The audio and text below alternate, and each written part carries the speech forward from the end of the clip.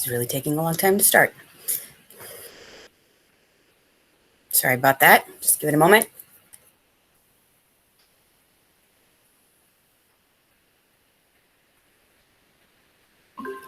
There we are. All right, for those of you just joining us on the recording, we are in the middle of voting on what people think of the changes so far to our meetings this year, the changes that we've made to try to make them more useful, less boring, and less of me talking. So,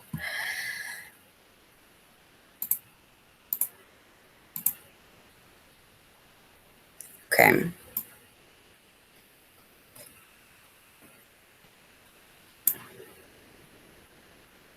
All right, so Jenny is ready now.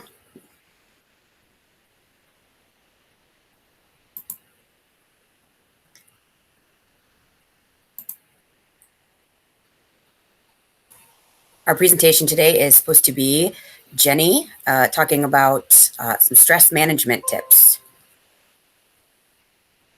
So Jenny, I'll let you take it away if you've gotten stuff to work.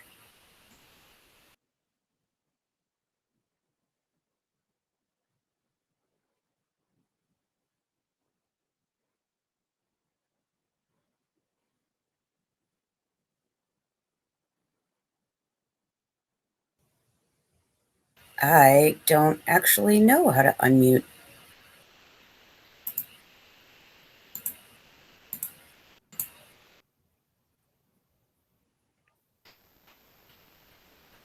Can you unmute somebody as the host, Alicia, by going over her name and... It says you can't unmute someone else, even though I am the host. Okay. Can you hear me? Oh, yeah. Yeah. That worked. Oh, awesome. Okay. Let me see if I can get this to work now.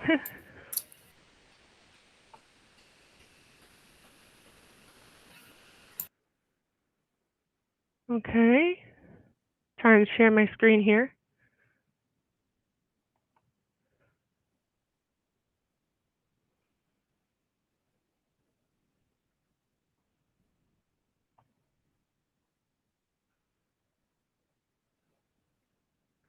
Oops. Okay. Can you see the screen or the Yep. Okay. Great. Okay. Well, my subject is tips to fight stress. I kind of decided to do things that you can kind of do at your desk, kind of keep it simple, sort of thing. Let's see. I've put down a bunch of different things you can try because not everything works for everybody. Everybody's different, so everything works a little different. Let's see. I'll just start at the top here with an easy one, something everybody likes, some snacks. Dark chocolate is a good one for fighting stress. I'm not entirely sure why. I didn't do a whole lot of research into it. I just found it on a ton of different sites when I looked up snacks to reduce stress. And it's one that I use for myself a lot. I always keep a Dove dark chocolate bar at my desk, and I eat quite a bit of it. Nuts, almonds, pistachios, walnuts were some good ones that I found on multiple sites. Yogurt with probiotics, fruits, bananas, citrus fruits, blueberries, a few different fruits too. Tea is a good one too. Mint, chamomile, lavender, rose, matcha. One that I found that I like a lot is Earl Grey, and that's because it has bergamot in it, and it has to be an Earl Grey that has actual bergamot oil in. That helps, and that'll kind of go into the aromatherapy thing in a little bit. One thing to watch out for with tea is if you're on any medications, certain herbs can interact with them. So you might want to research things before you try them. The last one under snacks is hot cocoa. I think it's mostly just having a hot drink is a good one. But for me personally, I like hot cocoa because it's delicious. Also, it comes in dark chocolate in some places you can get. Another good thing always is meditation. if you're new to meditation, or that if you've tried it before and you've just not been able to really get into it, you can try an app. I did a few searches for good guided meditation apps, and the only two that I found that were consistently high on the list of recommendations by these sites were Calm and Insight Timer. And these two are both also free to sign up and download. And most of their content is also free on there. I haven't used either of them yet, but so there might be some stuff on there that you have to pay for. And I'm not entirely sure which one's the best one, but those were ones that were suggested quite often.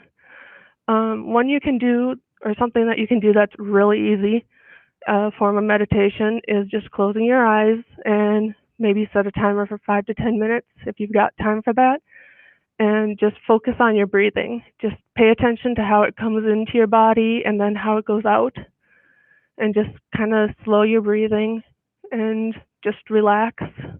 And anytime your mind wanders, just bring it back to your breathing. It's a really easy way to start meditating. Some people, for meditation, find that they need something a little more physical to focus on. For that, you could use a string of beads, like a mala or a rosary, or even just a string of beads. Easy to get. And for each bead, or keep your fingers on each bead one at a time and go down them, and mentally repeat a phrase like a prayer or a mantra or an affirmation. Or if you don't have anything like that, one thing that I learned that you can do with it is just say, or in your head, say a little thing like, breathe in the calm, breathe out the stress, or pick two things, pretty much anything, something that you want more of, something you want less of, to use like that. Another one is square breathing. This is something that my counselor actually taught me a few months ago. She called it a Band-Aid, in that it helps take the edge off of stress really quickly, but it's not something that's going to completely cure it. This one, you just breathe in for 4 seconds, hold it for 4 seconds, breathe out for 4 seconds, hold it out for 4 seconds, and then repeat that 3 more times. I actually just did this a few minutes ago, not gonna lie. Another thing to try, as I mentioned a little earlier, is aromatherapy. Things like lavender, lemon, bergamot. I'm not entirely sure how to pronounce that, I'm not gonna lie. Ylang ylang, clary sage, jasmine. There's a lot of different ones. Those were the ones that I found highly recommended on psychologytoday.com and a couple other websites.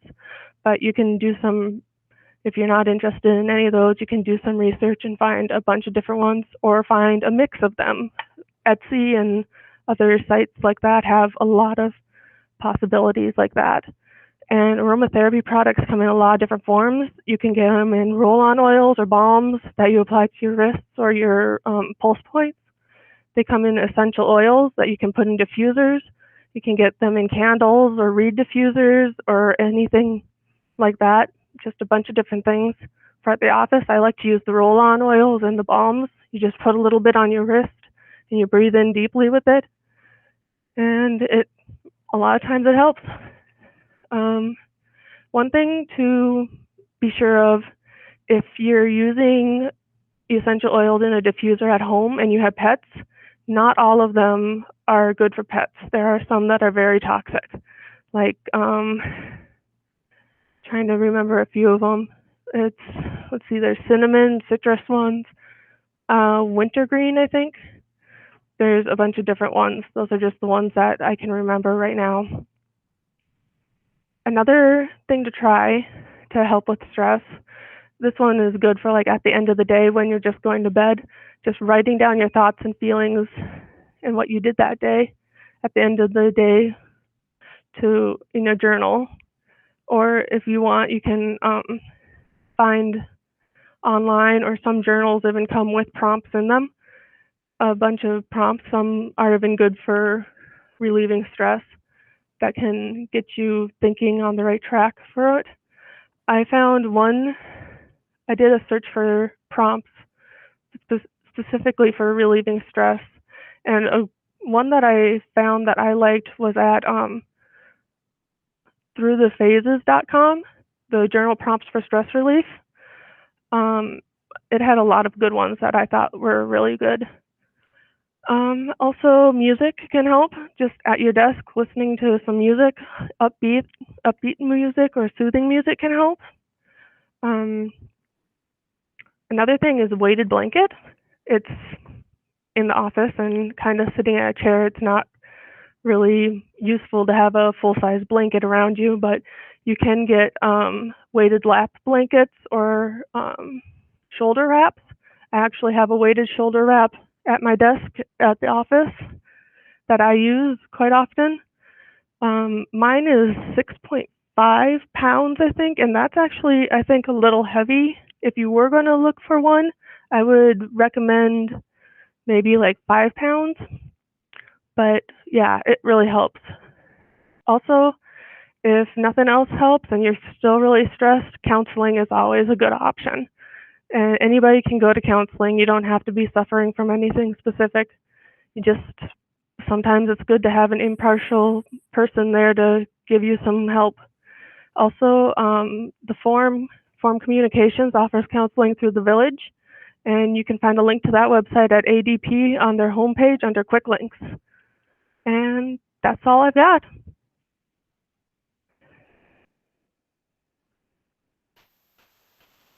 Thank you, Jenny. That was really good information. Jenny, can you send me that doc so I can include it in the meeting video? Sure, I can do that. Awesome. If you hit the blue stop sharing at the bottom of your screen. There it is. There you go. Perfect. All right. Thank you. Yeah, those are great tips. Of those apps you mentioned, I've used both of them. I really like Insight Timer. It's kind of like a crowdsourced one, sort of. A lot of different people contribute it. So if certain kinds of voices are more relaxing to you, you can pick those kinds of voices. If you want to meditate with an Australian person rather than, somebody with a Southern accent or, whatever, there's all those options. There's options for different lengths of meditations for different purposes, all those kinds of stuff. One other thing to note, Jenny noted that certain essential oils aren't safe for pets. For those of you who have tiny humans at home, some of them are also not necessarily safe for little people. So just Google if you're going to use it around other people in your home or around your pets. So you make sure you don't hurt anybody. Thanks again, Jenny. That was fabulous. All right. So a couple of things to go over today. One is that nobody said that you hate the new meetings, so that's good. Let me show the results to all of you. So 2 people said super triple awesome. Joe says, at least you didn't tell us the Bobs were joining the meeting. Well, I don't have to tell you about the consultants. 4 people said awesome, but only regular awesome. And 6 of you said this is fine. So thank you for that feedback. If any of you have any specific things that you think would help make the meetings more useful, better, more interesting, anything like that, that would be great. Or if you have the opposite, things about the meetings that are making them awful for you, or just like parts of them that you just really think are not useful at all, please let me know or let your team leader know. The point of these is to have them be useful to you. So if they're not being useful to you, I definitely want to know about that. So give me a second. I will share my screen now so we can talk about folios.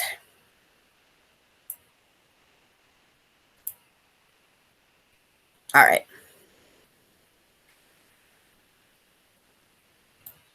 So we've talked a little bit about folios, and now today we're just going to go over how to get to folios and to place them.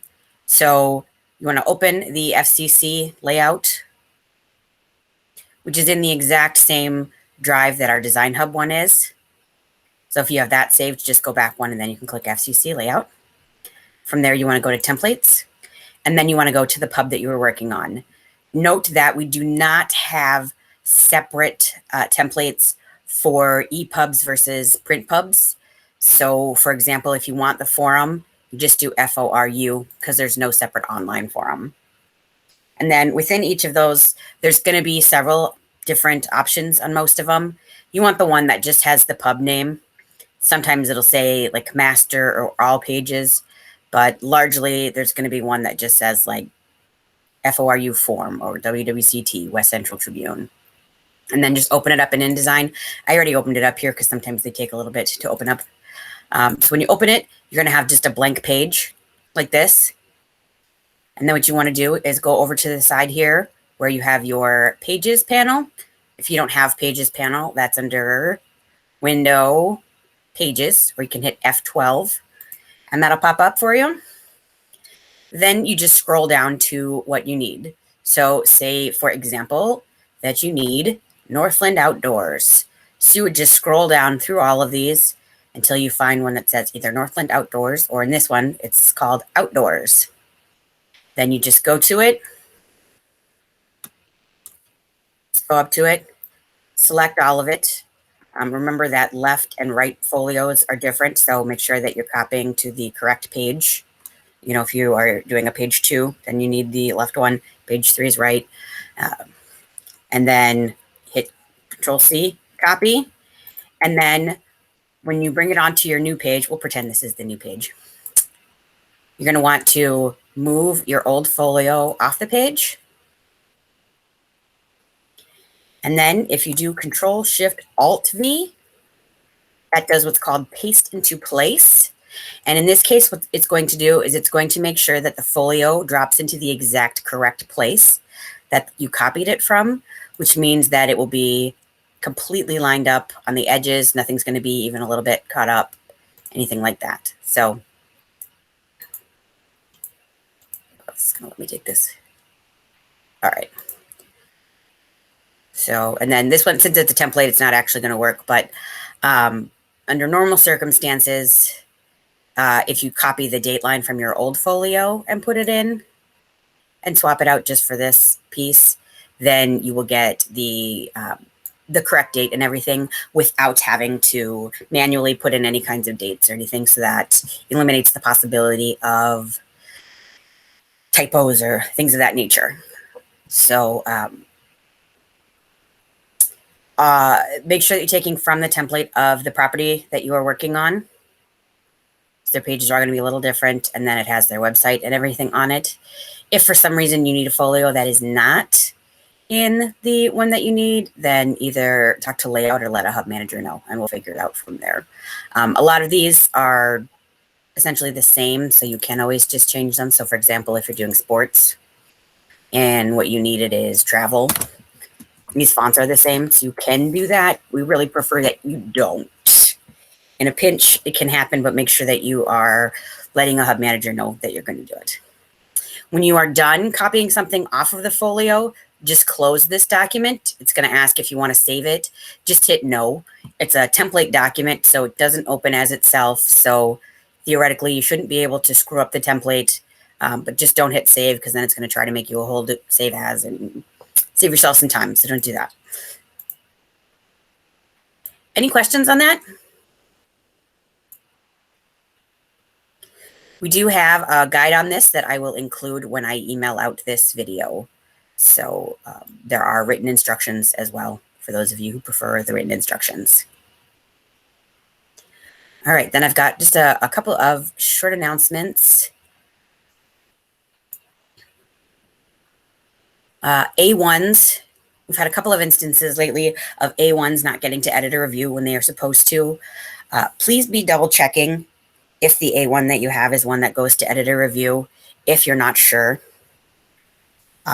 The Layout Center is trying to make sure that they note all of those so that it is flagged in PageTrack for you, but the system is not infallible. So we've had some instances where it wasn't flagged, and so people didn't send it, but it was a property that still should have been sent. So if it's not flagged that it should be sent to editor review and you're not sure, just double check so that we don't skip an editor when we should be going through one. We have had at least one pub lately that has been asking that their taglines be italicized. Please remember that no one's taglines are to be italicized. If they come in italicized, fix them so they're not italicized. If an editor asks you to italicize them, sorry, talking's really hard. If an editor asks you to italicize them, skip that, don't do that, and just let a hub manager know, and then we'll step in the room and tell that editor that that's not something that we do, and that, you know, they can address it with us as managers if they have a problem with it. That's not on you to deal with that, but you should just not italicize it. Our styles are our styles. We've had a few issues recently of editors saying, you know, well, can you just change this or do this thing that's not your style so that it'll work? And we're not going to get into that. We are working really hard to make sure we have a consistent setup. And I know that we are sometimes tough on all of you to make sure that we have a consistent setup. And so I don't want any of you feeling like you're being put in the position where you have to decide, like, well, should I listen to this editor or should I listen to Joe? You know, because I realize that, like, on a relative scariness level, like, Joe's not really that high up there, but we still have to. So, just let us know if you're being asked to do any of that. And unless you hear differently from one of us, assume that we are always just following our styles. And then I will hand it over to Michael. Michael, you are muted. I know, because you told me I didn't have to do anything.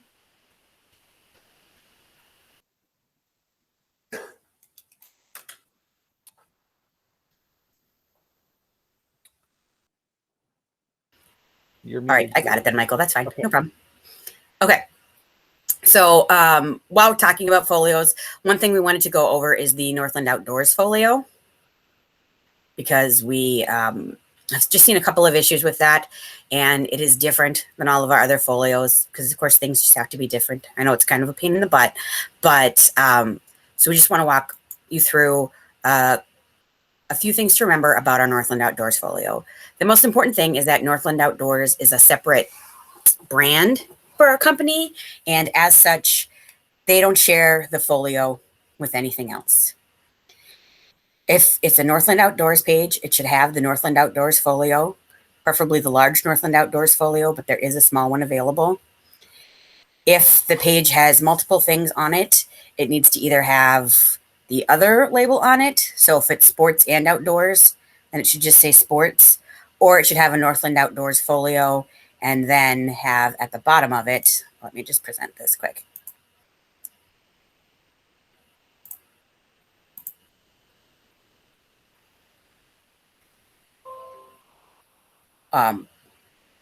One of these label headers that says what the other section is. So it should be like Northland Outdoors at the top, and then it would be sports or local news or whatever down here.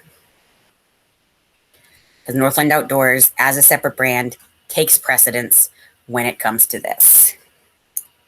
So there is a small Northland Outdoors folio, which would look like this.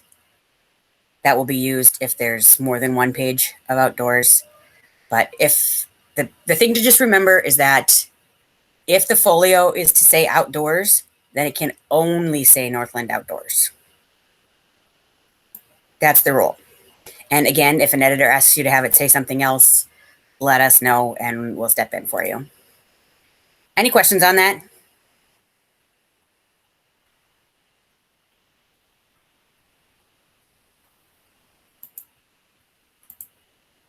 All right. And Joe did drop a reminder in here that we do have a guide on our website as to which A1s go to editor proofing. So I'll make sure that I include that as well in the email after this with the video. So you'll have all kinds of guides. Aaron says, does that include obits? I know sometimes Duluth had obits and outdoors shared. Yes. Yeah, they should then get separate folios because of them being Northland Outdoors, which opens a can of worms with the way Duluth wants their obit folios and that kind of thing as well. But yeah, separate.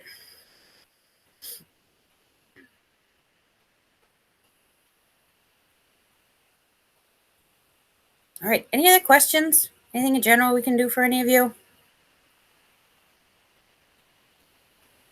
All right, as always, you know where to reach us if you have any questions. Enjoy the rest of your day. I hope you're all having a lovely spring and enjoying that it's finally a little bit warm. Thank you all. Appreciate it.